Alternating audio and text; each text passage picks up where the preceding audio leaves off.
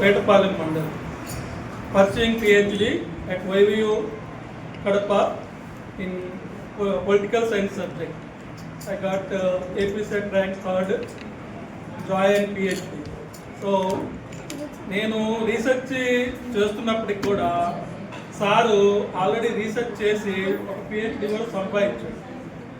యాక్చువల్గా ఈ type of ఫాంటింగ్ అంటే ఈ స్ట్రక్చర్స్ కానీ ఈ స్ట్రోక్స్ కానీ ప్రపంచంలో ఎక్కడ ఇంత ఈజియెస్ట్ మెథడ్లో లూసిడా హ్యాండ్ రైటింగ్ నేర్పిస్తాం మనం ఎక్కడా చూడం ప్రపంచంలో. దానికి ఆయన అంత రీసెర్చ్ చేశాడు. ఇంకేం పని ఉండదు, స్కూల్కి వెళ్తాం, ఈ రైటింగ్ ఆ గ్రూపులు చూసుకోవటం, తర్వాత బుక్స్ అని ఎవరైనా చారిటీగా ఇస్తే వాటికి సంబంధించి కొంచెం ఇవన్నీ కలెక్ట్ చేసుకోవటం, గ్రూప్స్ని పోస్టింగ్ చేసుకోవటం, మళ్ళీ కొత్తగా ఎక్కడెక్కడ పెట్టాలనుకోవటం.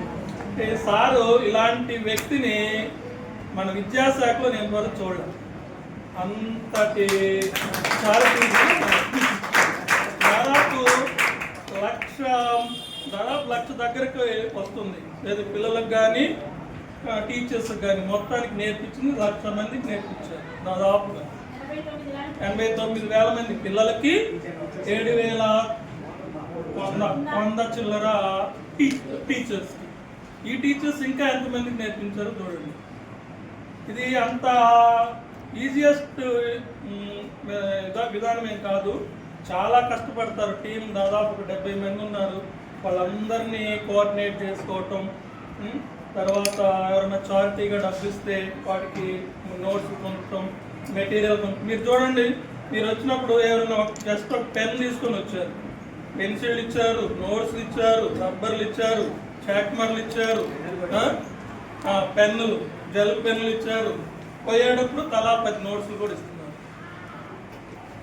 ఒక్క పైసా కూడా మనం ఖర్చు పెట్టకుండా ఇంత ఫ్రీగా, ఇంత చారిటీగా, ఇంత అద్భుతంగా.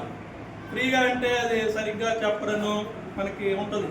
మనకి ఫ్రీ అంటేనే అది అసలు క్వాలిటీ లేనిది అనే ఒక అపోహ ఉంది. ఫ్రీగా చదువు చెప్తే క్వాలిటీగా చెప్పరు, ఫ్రీగా వైద్యం చేస్తే క్వాలిటీగా వైద్యం ఉండదు అనేది ఒక అపోహ కదా. కానీ అంత అద్భుతంగా మనకి ఈ రైటింగ్ నేర్పించి అంత అన్ని ఫ్రీగా ఇవ్వడం అనేది అంత సామాన్యమైన విషయం కాదు. ఆ టీంకి ప్రత్యేకంగా, ముఖ్యంగా రామ్మోహన్ సార్కి మాత్రం ప్రత్యేకంగా